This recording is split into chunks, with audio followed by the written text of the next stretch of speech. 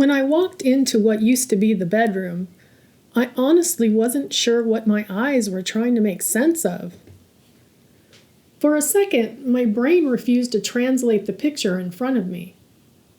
There were trees, actual honest-to-God trees, growing right there where a bed should have been. Their skinny trunks reached almost to the ceiling, leaves brushing against a tangle of fluorescent lights that had been rigged up with extension cords and hope. The bulbs hummed like angry bees. I remember blinking hard, thinking maybe the smoke in the living room had already gotten to me. But because of that distinct smell, I understood completely. That thick, wet, skunky odor crawled into my nose and settled on the back of my tongue.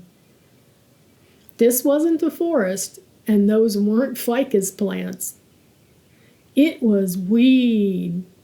More weed than I had ever seen in my life. More than I even knew could exist in one place outside of a movie. I'd seen it crumbled into sandwich bags, rolled into joints, once even stuffed into a gigantic black trash bag that Alan had dragged into the car like a sack of dirty laundry. But this was something else entirely. This was a jungle with an electric bill. I knew where Greg lived because I'd spent plenty of nights parked in front of the house, waiting in Alan's rattling car while he ran inside to pick up what he called party favors. I had been inside a couple of times before, and the place looked harmless from the street. A light, yellow, tidy little ranch house on the south side of town, the kind with a trimmed lawn and wind chimes on the porch. The neighbors probably thought a nice young couple lived there, maybe with a cat named Charlie. They had no idea a botanical crime scene was thriving behind those curtains. Inside that day, there were a few people scattered around. They looked like leftover decorations from a party that had already ended.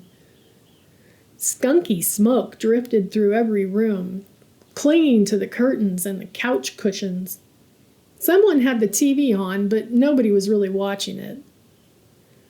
I was introduced to Lucky, Greg's new girlfriend, who decided within 30 seconds that we were destined to be best friends for life.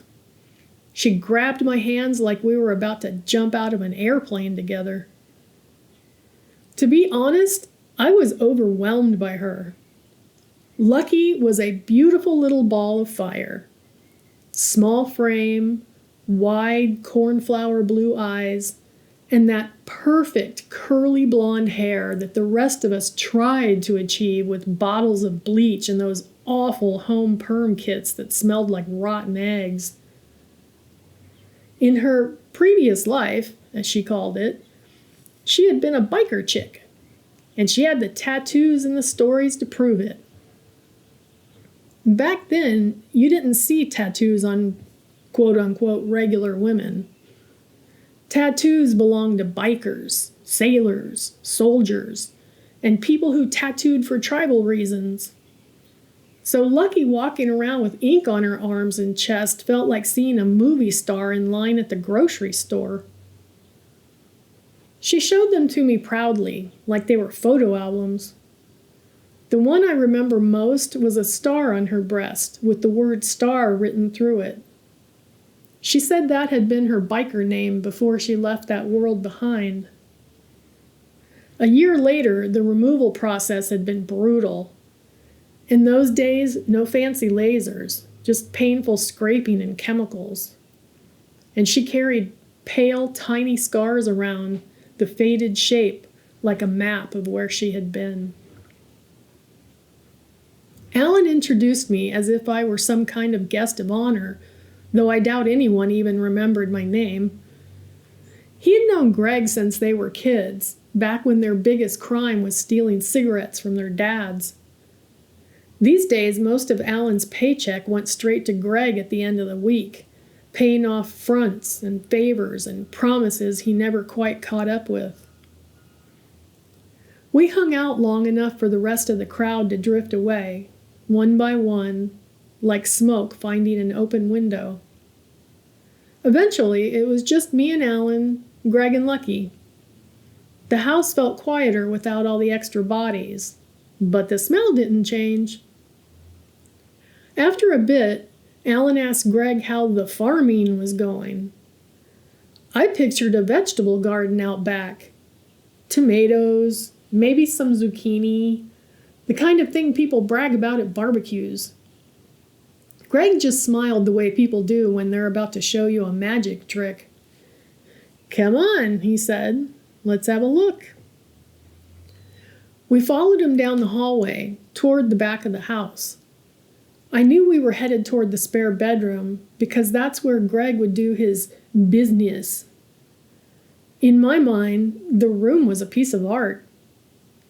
Greg had grown up in Azusa and hung out with the gang members when he was in school, and then after school they would come back to Greg's house to hang out. This room was his bedroom at the time, and every square inch of the walls and ceiling contained graffiti. And this was pre-spray cans, so all of this stuff was drawn by hand. The thing I noticed, though, the further we went down the hallway, the stranger the air became. That skunky smell grew stronger with every step until I was sure an actual animal had crawled under the floorboards to die. Greg stopped at the bedroom door, which was now fitted with 2 heavy deadbolts. The kind you'd expect on a pawn shop, not a place where people were supposed to sleep. When he unlocked it and swung the door open, that odor slapped me across the face. Inside were those plants.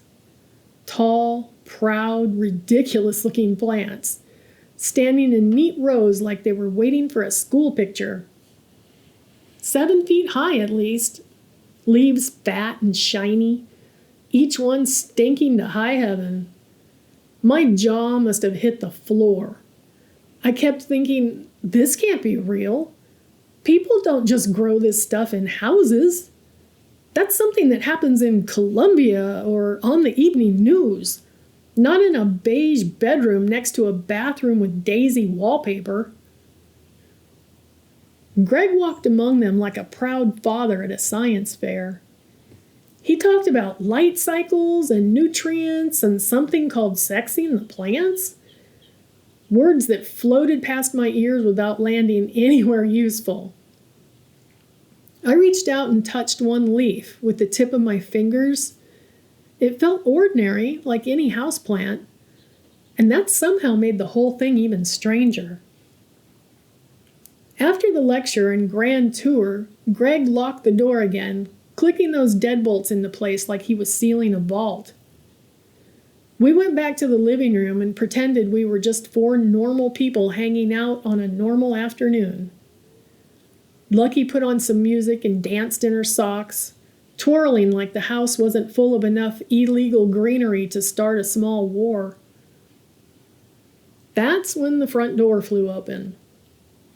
Sherry, Greg's ex-wife, stormed in without knocking, her voice already at full volume before she even crossed the threshold.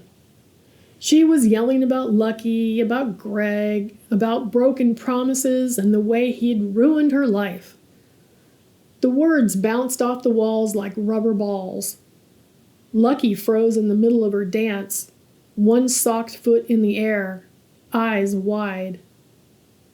The argument turned ugly fast. Greg shouted back. Sherry shouted louder.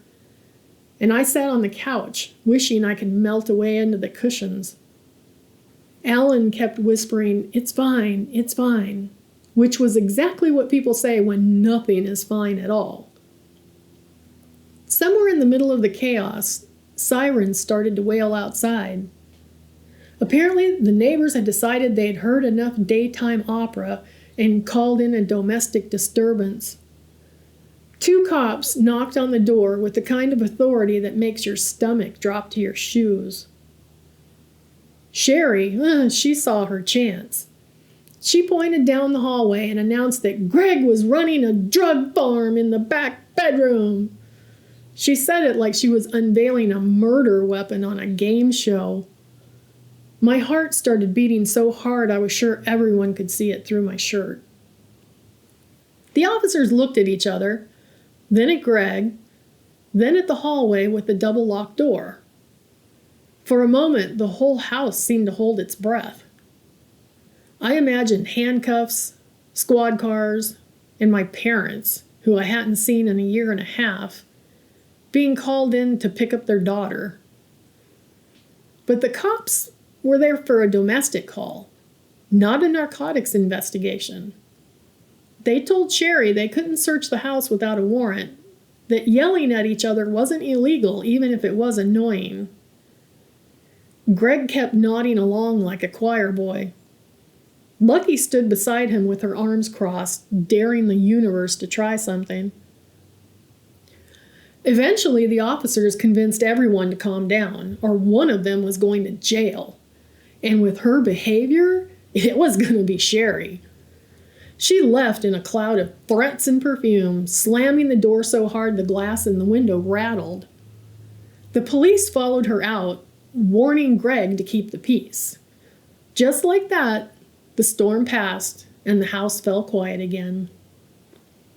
I sat there stunned, realizing how close we'd come to disaster without ever leaving the couch. Greg laughed nervously and said something about buying better locks. Lucky lit a cigarette with shaking hands and asked if anyone wanted pizza. That was the moment I understood how thin the line was between ordinary life and the kind of trouble you don't walk away from. One phone call, one wrong cop, one neighbor with better timing, and the whole story would have ended in flashing lights and handcuffs instead of leftover pepperoni. We stayed a little longer, pretending to be relaxed, but the room felt different now, like the walls had learned a secret and they were thinking about telling it. When Alan finally said it was time to go, I practically raced to the car. As we pulled away from the curb, I looked back at the innocent little house with its tidy lawn and cheerful porch light. From the outside, it looked like any other place where people watched TV and argued about bills. No one driving past would ever guess there was a jungle growing behind those curtains, or that an entire afternoon had balanced on the edge of a badge and a technicality. For years after that, whenever I smelled a skunk on a summer night, my mind went straight back to that bedroom forest and the way my heart hammered when the cops knocked on the door. I learned a lesson that would repeat itself during my young life. Danger isn't always obvious. It can blend in, masked by ordinary settings and familiar patterns, while you sit on the couch wondering what on earth you've gotten yourself into. And every now and then, I still think about Lucky. Her bright eyes, her scars, the way she danced like she was daring the world to catch her. I wonder where she ended up, whether she found a life big enough to hold all that fire. As for Greg's garden, I never saw it again. But I know it kept growing somewhere in a different neighborhood. Tall and secret, a forest of green rooted in a bedroom where a bed should have been. That was the day I learned curiosity can walk you through a simple doorway and drop you into a completely different universe. And that sometimes the most unbelievable stories are happening in the plainest houses on the plainest streets, waiting for someone foolish enough to step inside and take a look.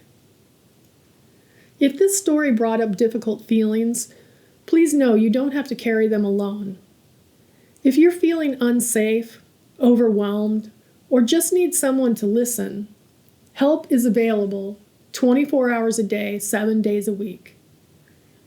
Call or text 988 to the Suicide and Crisis Lifeline in the United States. You can also text the word HOME, HOME, to the number 741-741 to reach the crisis text line. Or you can reach the National Domestic Violence Hotline at 800 799 7233. You matter, and your story matters. Reaching out is a sign of strength, not weakness.